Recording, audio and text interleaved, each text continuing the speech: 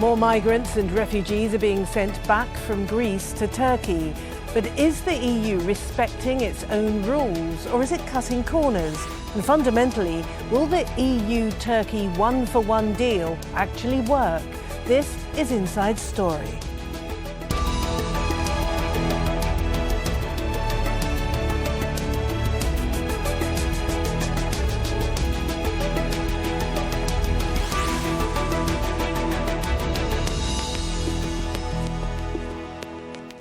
Hello and welcome to the programme. I'm Martine Dennis. For more than a year now, hundreds of thousands of people have boarded overcrowded boats supplied usually by smugglers in Turkey. Now, the refugees and migrants have braved possible drowning. Some thousands didn't make it. And now, some who've actually reached Greece safely find themselves on boats again, this time going back to Turkey. Now, more than 300 people have been deported from Greece as part of a deal between the European Union and Turkey. Now, the second round of deportations was on Friday. Around 120 people were ferried from the Greek island of Lesbos to the Turkish port of Dikili. And pro-refugee protesters jumped into the water near Lesbos to try to stop it happening. The demonstrators are not alone in their protest. The United Nations and several rights groups have raised concerns about the EU-Turkey deal, calling it inhumane. They question the legality of the arrangement. Well, the UN has described the deal as inconsistent with European law because it could allow for blanket return of foreigners to a third country.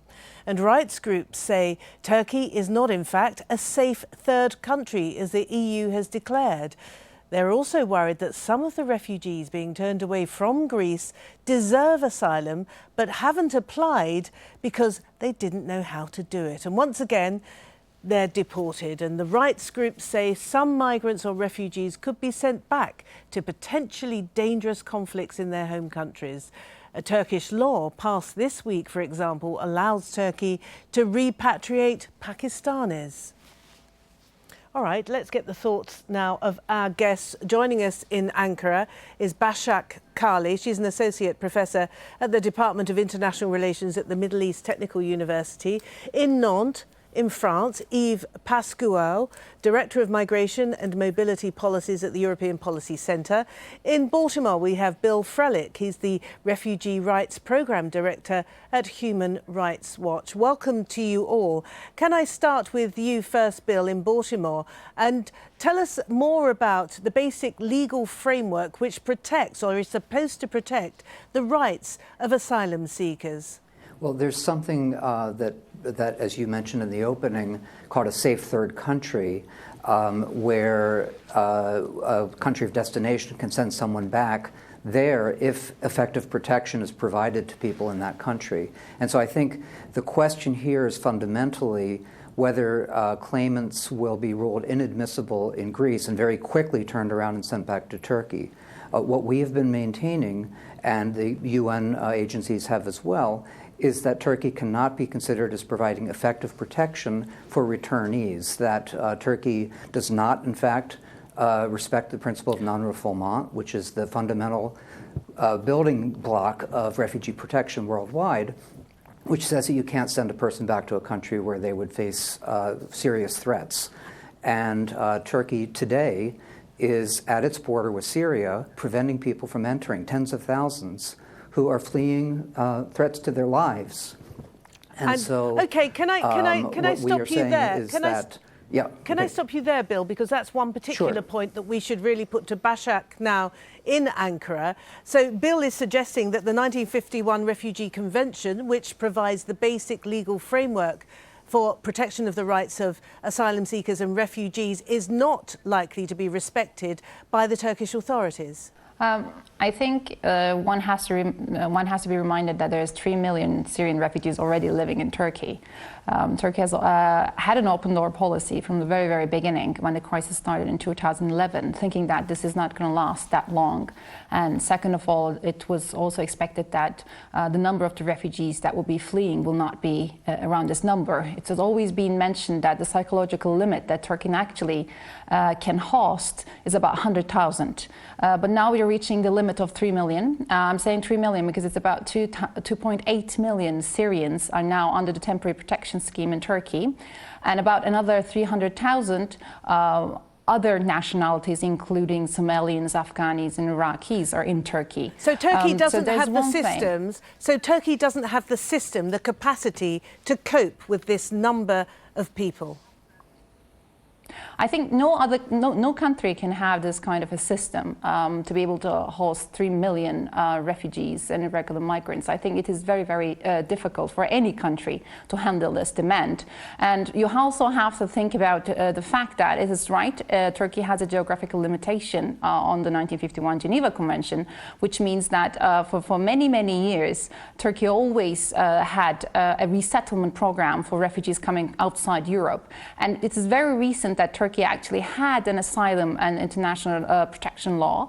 It is only recent in the last 2-3 years that Turkey had this law passed. So the system, the asylum system in Turkey is not well established yet. And the infrastructure capacity of Turkey is not well equipped right now to be able to handle this demand. But this has been the case in the last couple of years, since 2011. This is not something new. So already 3 million are in Turkey. I mean, it's a concerning thing that the returnees will be coming to Turkey, and Turkey will have a further demand of infrastructure capacity. But one has to also be reminded that 3 million already living in Turkey is 10% in the refugee camps, but others in other parts of Turkey. So, Yves, in Nantes, one can understand from what we've heard so far then why there are so many concerns about this Turkey-EU deal, given that Turkey hasn't really got the capacity. And Bill has pointed out that there are some examples of gross violations of the rights of refugees and asylum seekers already. So one has to wonder why this deal came into effect and why the EU has cited it as a great triumph. We have to come back on what has been said before from the Turkish participant. It is pretty clear that Turkey, but also Jordan and Lebanon, have taken a big responsibility in hosting Syrian refugees, but also other refugees coming from the region. Now, the European Union, and in particular its member states, haven't been able or willing to plan and to prepare for the situation we are facing. And as we are now into an emergency mode, we are trying to find out solutions, and the only solutions that the states of the European Union have found so far is to close the routes. They have been able to close the Western Balkan route. Now they are trying to close the Greek-Turkish route and to give the burden back to Turkey. And we have to consider that we have, as 28 EU member states, and we are more than 500 million people living in the European Union, we have not only the moral but also the legal duty to protect people in need of protection. So this is something which needs to be put into the picture, that we need to have in mind, that we cannot leave Turkey and other third countries alone in dealing with this issue, and that the European Union and its member states have to take their share. The fact that they are trying to set a deal with Turkey is, on the one hand, legally dubious, because there is this question of safe third country, but this is also the fact that this agreement is not enough in terms of people being resettled from Turkey to the European Union. And Bill, can we look at the experience now that is expected to occur for these tens of thousands of people who are in Greece? What exactly needs to happen in terms of the process? Each and every one of them deserves a personal hearing, a personal interview, and then their claim for asylum or otherwise needs to be assessed. Yes, Greece has about 50,000 people that are stranded there now, and there's supposed to be a relocation scheme that would enable them to be shared with other EU member states, but that has not been going particularly smoothly. For those that came after the agreement went into effect, they are supposed to be returned to Turkey. And in fact, the agreement says they will all be returned to Turkey. So it seems like a predetermined outcome of this procedure. It's a fast-track procedure. They're trying to make assembly line deportations, and so this raises the question whether these would be collective expulsions, which are barred under the European Convention on Human Rights. They're supposed to have, within 7 days, a decision on their admissibility, and within 7 days, the appeal procedure after that. Turkey has had a dysfunctional asylum system for years, long backlogs, very long waits. They don't have the personnel in place to be able to make these determinations. But not as Greece, does it? Even a European Union country like Greece doesn't have. That's what I'm saying. Oh, sorry, I thought you said Turkey because you mentioned Turkey, but it's Greece that we're particularly... No, perhaps if I did, I misspoke. No, it's... Exactly. No, I meant to say Greece if I didn't, that the Greece does not have the capacity to certainly turn around these cases within a 14-day period and give them fair consideration, which means that they will be cutting quarters. They're going to be essentially making an inadmissibility determination based on Turkey being a purported safe third country, and that comes right back around to the question at the outset, whether Turkey can be considered to provide effective protection to people. And Eve, what should the EU be doing in order to shore up Greece's capacity, for instance, because Greece is at the front line of processing this vast tide of humanity? Well, Greece is at the front line for the time being. The fact is that if we are to close the Greek Turkish route, then this is going to be Italy, which is going to be overburdened by the situation. The solution is extremely simple, but politically extremely difficult to attain and to reach, is that all of the EU member states should help Greece to cope with that situation. And this is clearly the question of solidarity. Are the EU member states able to put their effort all together in order to relocate on their territory big numbers of Syrian refugees, but also other asylum seekers arriving in Greece today and tomorrow in Italy? And this is clearly one question. Are we a single union sharing the same values and being able to act on the basis of solidarity with our first partners, who are Greece and Italy, but also Turkey, Jordan, and Lebanon? Or are we a group of individual member states only sharing a market? And this is clearly one question. It is pretty clear that a lot of politicians today are saying that this is not a simple and an easy issue. It is true. Some of them are also linking this issue with security related issues, which also can come into the picture. But we need to consider that whether we like it or not, we need to help Greece and tomorrow Italy and other EU member states to cope with that situation. Otherwise, we will not be able to find out a solution. As I said before, and I think this needs to be repeated once again, EU member states, because they still consider that migration-related issues are national issues, have not been willing to look beyond the EU border and to see the phenomenon arriving. And now that we are seeing thousands and thousands of people trying to get protection in the EU, they are in an emergency situation, and the only thing they are able to do and to propose is to be protected beyond their own borders and to try to give the burden to the other ones. This is not a proper policy. We need to have a broader view, and we need to be clear on that. Başak, coming back to the Turkish side of this specific deal with the EU, is Turkey prepared for what sounds like a large additional number coming back to its territory? It's obviously part of the deal is a lot of money. More than 3.3 billion euros is going to be plied into Turkey in order to help it deal with this. How is Turkey going to spend this money?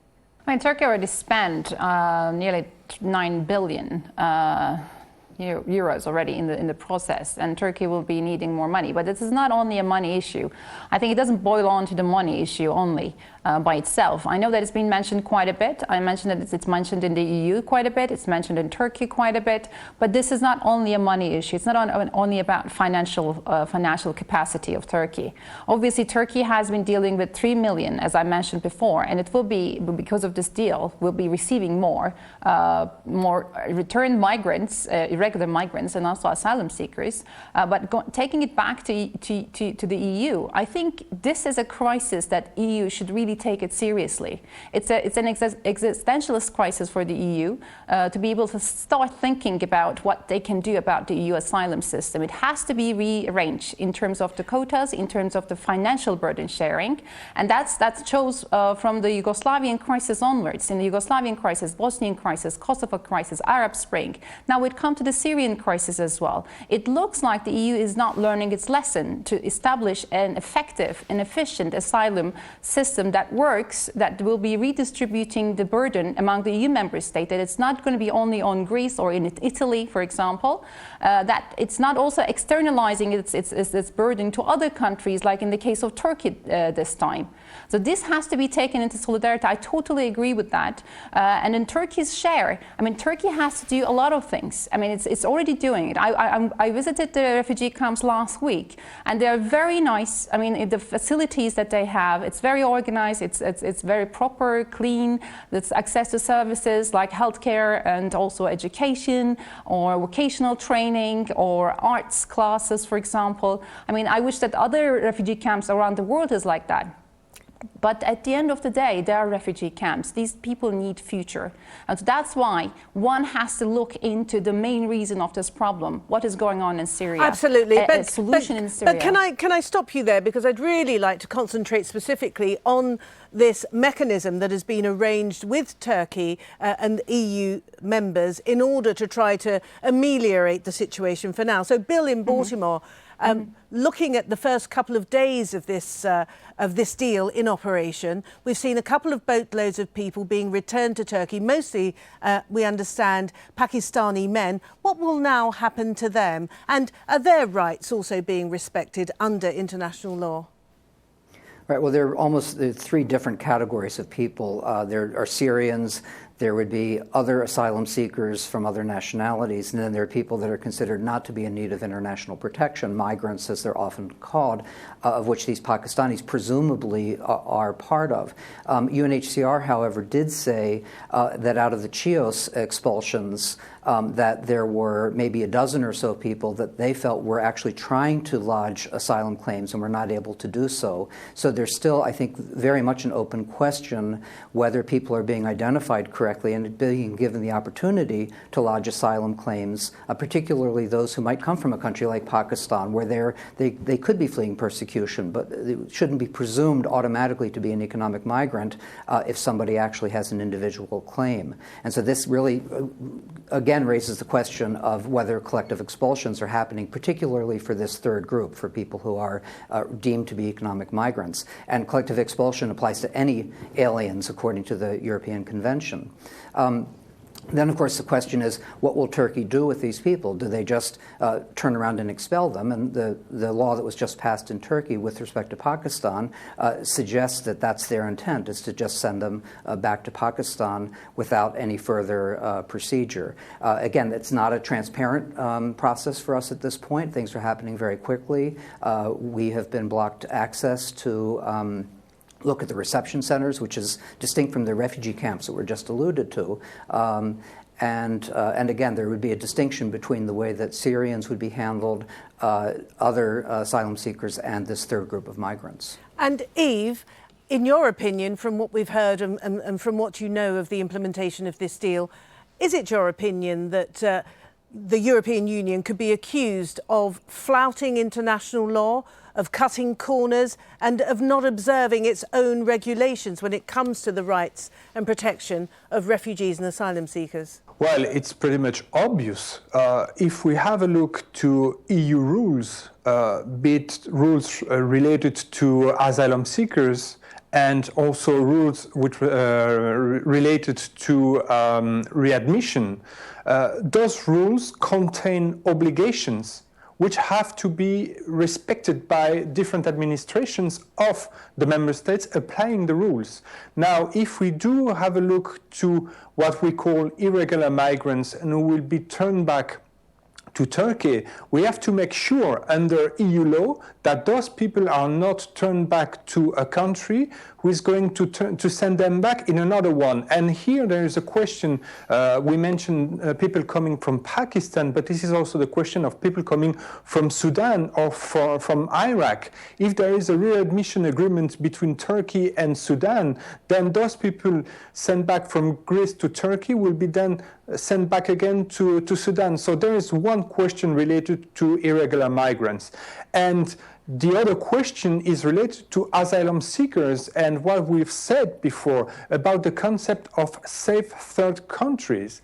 And here, under EU law, there is a definition of a safe third country which Turkey does not fulfill, with the different criterions which need to be taken into account in order to consider that a country is a safe third country. So under EU law, Greek authorities cannot consider that Turkey is a safe third country and cannot send back asylum seekers to Turkey. Now the problem is that the only one who is able to say whether or not Turkey is a safe third country is a judge, a national or a European judge. And we will have to wait in the next couple of days, I hope, and not weeks, whether a judge will be asked about, will be seized about that question, and whether he or she will say yes or no, Turkey is a safe third country.